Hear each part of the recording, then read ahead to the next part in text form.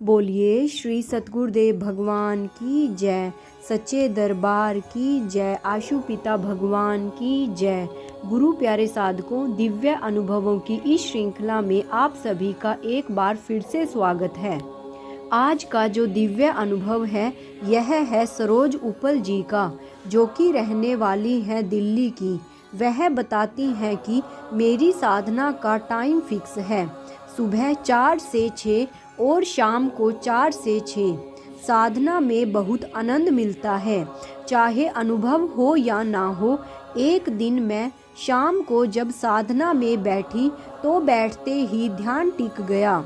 थोड़ी ही देर के बाद शरीर का कोई आभास नहीं रहा। मुझे ऐसा लगा जैसे मैं एक बिंदु बन गई। केवल शरीर ही नहीं, मन भी न रहा। एकदम विचार शून्य अवस्था में, थॉटलेस स्टेट। थोड़ी देर के बाद मैंने देखा कि मेरा शरीर नीचे साधना की मुद्रा में बैठा रह गया और सूक्ष्म शरीर ऊपर आसमान में उड़ने लगा। मैं ऊंची ऊंची उड़ती जा रही थी। आकाश की भी कई सतहों को पार कर मैं ब्रह्मांड में पहुंच गई। मेरे चारों ओर ग्रह नक्षत्र घूम रहे थे। धरती पर उन सैकड़ों ग्रहों में से एक ग्रह भी था। ब्रह्मांड जितना विशाल था कि उसका और छोर कुछ नहीं दिखाई दे रहा था। मैं स्वच्छंद होकर इसमें विचर रही थी। बहुत आनंद आ रहा था कि अचानक मानो रिवर्स गियर लग गया। मैं ब्रह्मांड से वापस लौटने लगी और धीरे धीरे वापस पहले अपने कमरे में और फिर अपने शरीर में लौट गई। शरीर में आते ही एक झटका सा लगा।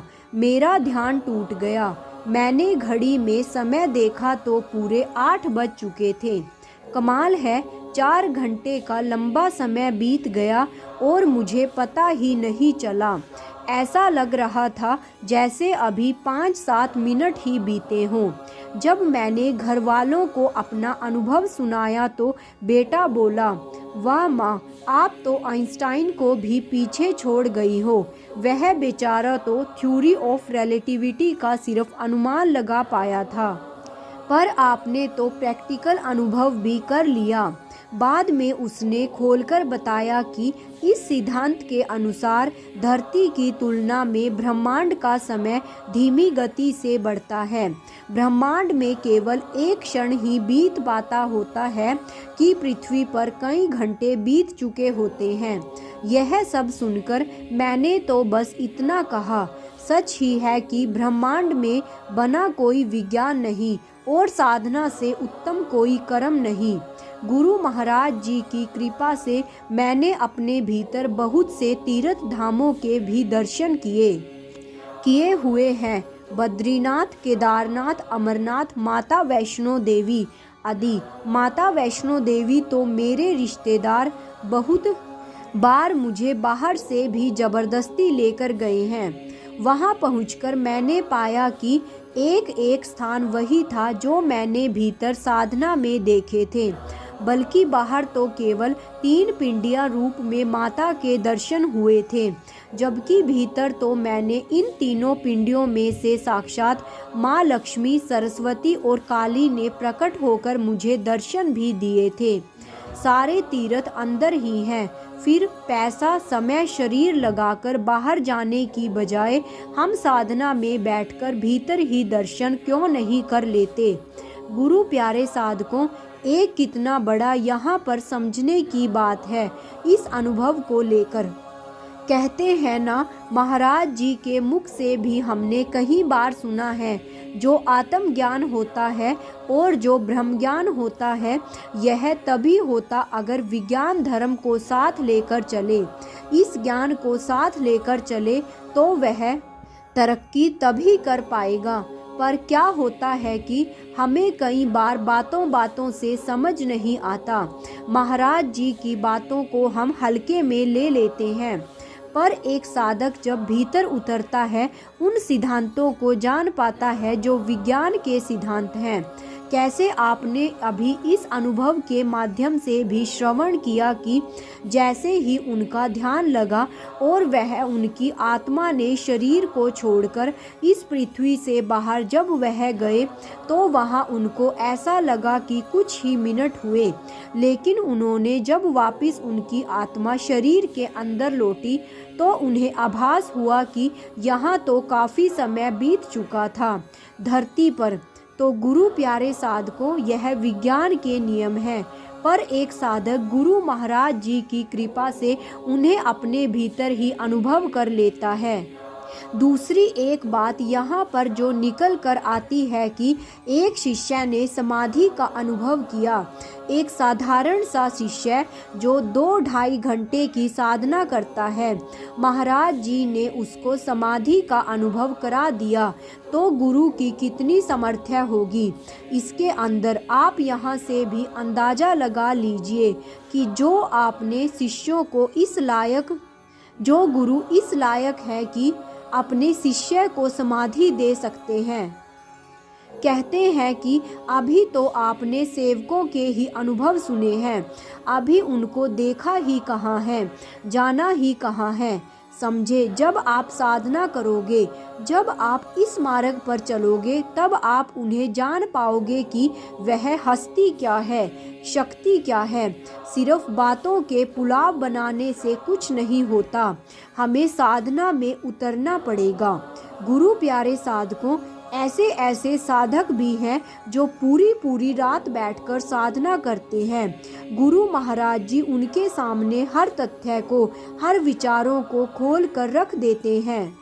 महाराज जी हर एक सिद्धांतों को, जब गुरु अपने शिष्य के लिए, जब हम शिष्य गुरु के लिए कुछ कर गुजरते हैं, तब गुरु हमें देने में कोई सीमा नहीं रखता, वह छप्पर फाड़ के देता है। ऐसा ही कुछ हमने इस अनुभव के माध्यम से श्रवण किया। गुरु प्यारे साधकों, आज के इस अनुभव से हमें यही प्रेरणा, यही सीख मिलती है कि कैसे उस बहन ने सिर्फ वह 4 से 6 घंटे, यानी उन्होंने अपना डेली का रूटीन बना रखा है, उन्होंने अपना साधना का समय फिक्स कर रखा है। हमसे भी अगर ज़रूरी नहीं कि 2 घंटे नहीं बनता, शुरुआत में केवल अगर हम थोड़े थोड़े समय से स्टार्ट करें तो हम भी एक दिन उन बहन की तरह ही अधिक से अधिक 2 या 2.5 घंटे की साधना कर सकते हैं। लेकिन ज़रूरत है सिर्फ एक बार शुरुआत करने की। हाँ, हम मानते हैं कि हमारा जो ये मन है वो बिल्कुल हमारे इस पथ के बिल्कुल विपरीत चलता है। शुरुआत में जब हम बैठते हैं तो हमें बहुत ज़्यादा दिक्कत होती है, लेकिन गुरु महाराज जी कहते हैं कि अगर आपका ध्यान भी ना लगे, मन भी नहीं करता, तब भी आपने साधना ज़रूर करनी है, इसका भी आपको फल अवश्य मिलेगा। गुरु महाराज जी इसको एक उदाहरण के द्वारा बताते हैं कि जैसे 2 मजदूर एक सेठ के खेतों में काम करते हैं। एक मजदूर तो पूरा दिल लगाकर अपना काम करता है और दूसरा मजदूर बेमने मन से अपना काम करता है, लेकिन शाम को दोनों को मजदूरी समान रूप से दी जाती है।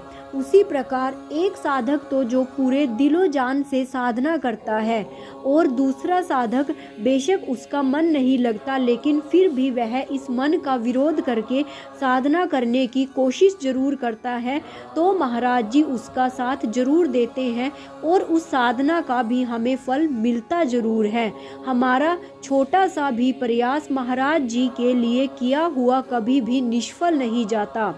आपने कभी ना कभी सत्संग में या कहीं ना कहीं इस बात को जरूर श्रवण किया होगा कि अगर हम उस भगवान के लिए सिर्फ एक कदम बढ़ाते हैं तो वो हमारी तरफ 100 कदम चलकर आते हैं।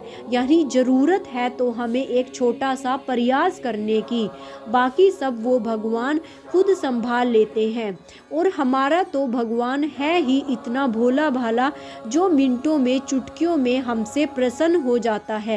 आशुतोष, आशु का मतलब तो ही है जल्दी प्रसन्न होने वाला, जिसको आसानी से रिझाया जा सके। तो बस कोशिश करो कि नहीं ज़्यादा, थोड़ी साधना से शुरुआत करो, पर करो ज़रूर। इन्हीं शब्दों के साथ मैं आज के इस दिव्य अनुभव को यहीं पर विराम देती हूँ। मिलते हैं कल एक नए प्रेरणादायक प्रसंग को लेकर। धन्यवाद। जय महाराज जी की जय। श्री राम। ओम श्री आशुतोषाय नमः।